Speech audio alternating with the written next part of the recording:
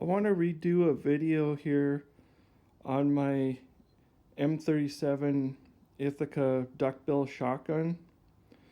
My older video was a bit dark, and I just wanted to go a little more into the history and the build of the gun. So I'll give a look of the gun first. This is it all finished.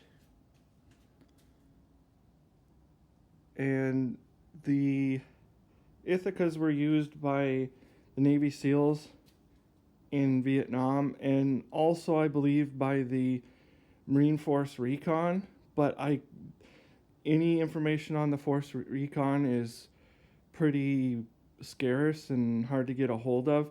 But I have accounts of the Navy SEALs using them and photographs, and it's pretty widely known that they did use them. And they're part of weapons development program. Other guns came out just for field testing and that, like the Stoner machine guns, and there was a full auto Remington, I think it was a 787, and it was a very unsuccessful shotgun design. And so this one was used by a few SEALs and was preferred by a few SEALs. And they developed the duckbill to make a lateral spread of the shot, but supposedly it was developed with number 4 lead shot, and in the war they were using number 4 steel shot, so the effects were different, but the effects of it doesn't really do a whole lot anyways, but it's just a shotgun anyways. But I'll go over some of the things about the build. The gun was refinished and reparkerized by Vulcan Gunworks in Ontario, and I worked with the gunsmith to have the gun built, Gary Howe in Ontario also. And here's my diagram for the various parts, and everything was built off of just photographs of known originals, and just everything was pretty much by eye. And so the gun was reparkerized. Then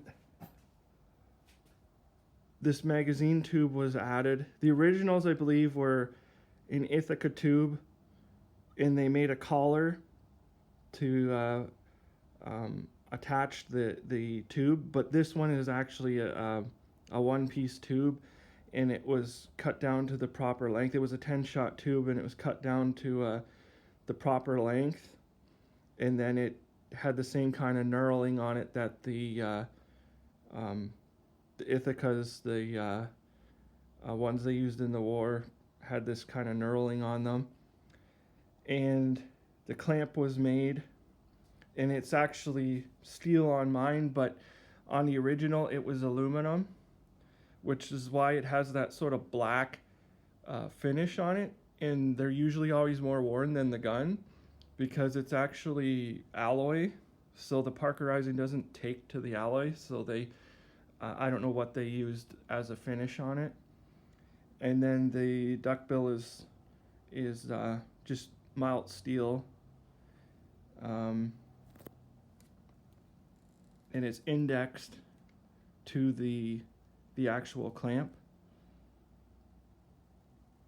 and it has the same kind of bored out end, just like the original.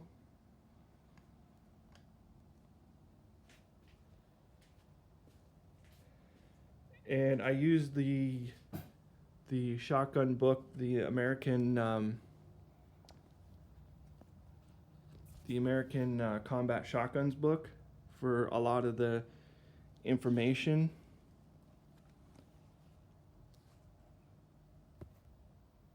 And I also added a sling to it.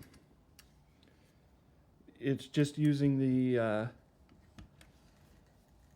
barrel clamp from the Ithaca, and then it was just, the screw was modified to one of these little eyelets to add the sling, and it's a sling from a Chinese AK-47. One of the things I didn't do to my gun was the game scene. On the military ones, there is no game scene.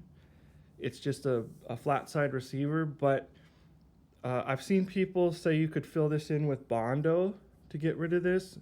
And I know you could weld it in, but it would be very expensive to weld it in. But even with Bondo in there, I would think that it would eventually pop out. I don't know how strong the Bondo would stay in there. So I just left the game scene.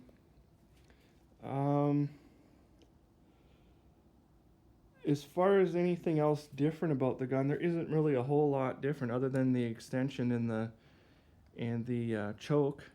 So if you have any questions about this firearm, or if you have any more information, or especially information on the force recon use of them, I'd like to hear in the comments.